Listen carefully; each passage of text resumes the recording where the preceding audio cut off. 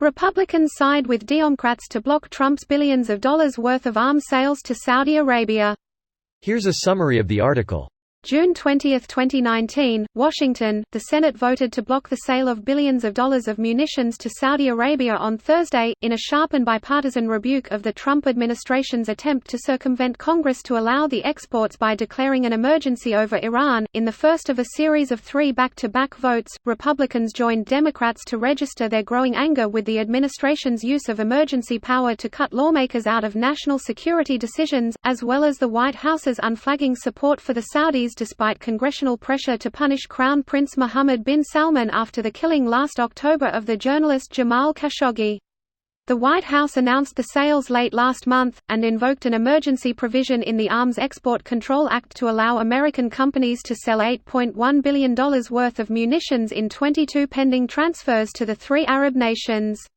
If we let this emergency declaration go without protest, without a vote, I don't know that we're ever getting the power to oversee arms sales back as a body, said Senator Christopher S. Murphy, Democrat of Connecticut, and one of the authors of the resolution.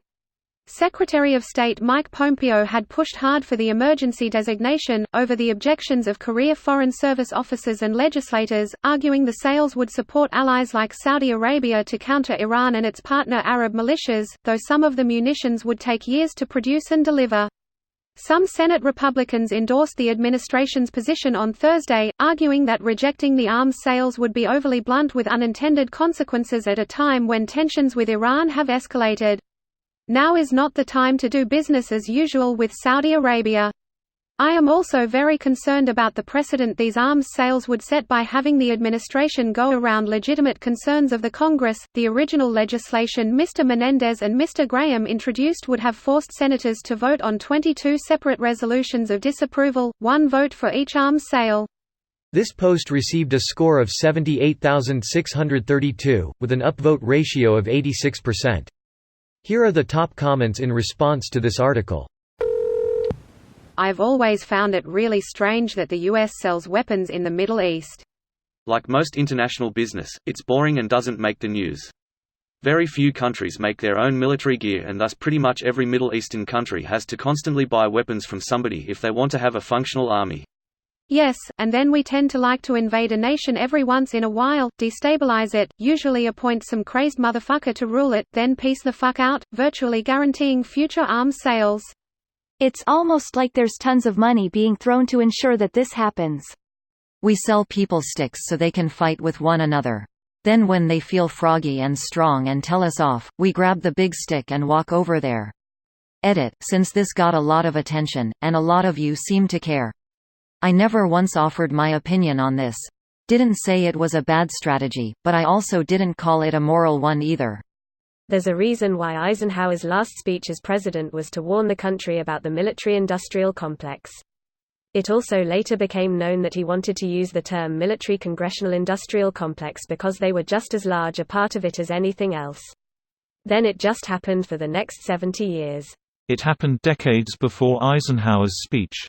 The fundamental reason for U.S. intervention in World War I was to ensure the Allied powers lasted long enough to pay back U.S. bankers for loans. If Germany won, those loans definitely weren't getting paid back. So the lesson is, if you know you're going to be threatened, take out a big loan from someone who can protect you. In order to oversee that you pay it back, they will fight for you. If you owe the bank $10,000, you have a problem. If you owe the bank $100 million, the bank has a problem. That's just crazy to think it through. It's kind of interesting that this is pretty much the first thing since Trump came into office that the Republicans don't have his back on. This is just a show. So, most of them don't have the balls to actually go against him when it matters. Just like the resolution to prevent him from continuing to aid the massacre in Yemen.